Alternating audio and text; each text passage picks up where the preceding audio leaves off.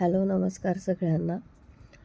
तर आज आपण ना कुकरमध्ये शेवग्याची शेंग बनवतो. ही अशी भाजी ना मी पहिल्यांदाच ट्राय केली आहे. तर प्लीज व्हिडिओ शेवटपर्यंत बघा आणि कमेंटमध्ये मला नक्की सांगा की कशी वाटली आहे. तेलात जिरा, कांदा, टोमॅटो टाकून घ्यायचे आहेत. पहिला कांदा गुलाबी होईपर्यंत जरा परतून घ्यायचा आणि मग त्याच्यामध्ये नंतर टोमॅटो टाकायचा आहे. इथे बघू शकताय तुम्ही, कांदा गुलाबी होईपर्यंत मी परतून घेते. छान कमी साहित्यात कमी वेळात.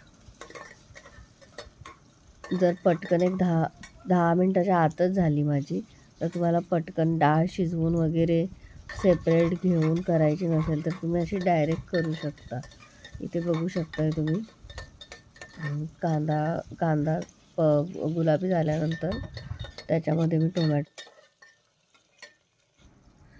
टोमॅटो वगैरे मऊ झालं ना जरा, मग चटणी टाकायची. तुम्हाला जितकी हवी आहे, कसं कमी जास्त तिखट खात आहे त्याच्यानुसार तुम्ही चटणी टाकू शकताय.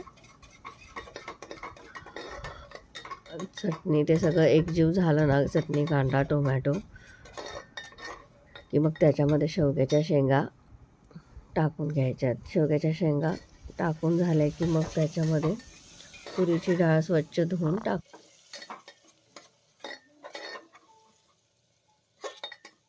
इथे बघू शकताय, चटणीमध्ये शेंगा टाकून घेतल्यानंतर जरा त्या परतवून घेतल्यात 1-2 मिनटं आणि इथे तुरीची डाळ स्वच्छ धुवून घेतलेली आणि ती टाकून घेतली. त्याच्यामध्ये तुरीची डाळ पण टाकून घेतल्यानंतर ते सगळं एकजीव करून घ्यायचं. ह्याच्या आधी मी ना तुरीची डाळ वेगळी शिजवून शेंगा शिजवून मग त्याची भाजी करत होती.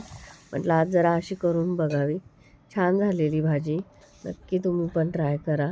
आणि चवीनुसार मीठ टाकून झाल्यानंतर कुकरचं झाकण लावून घ्यायचं आणि 1-2 शिट्या काढायच्या मीडियम फ्लेमवर.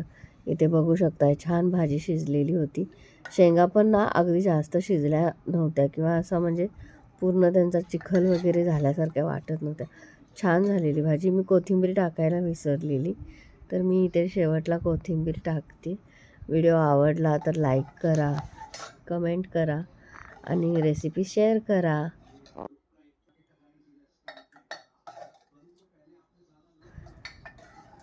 आणि इथे बघू शकताय तुम्ही, किती सुंदर कलर आलेला होता भाजीला.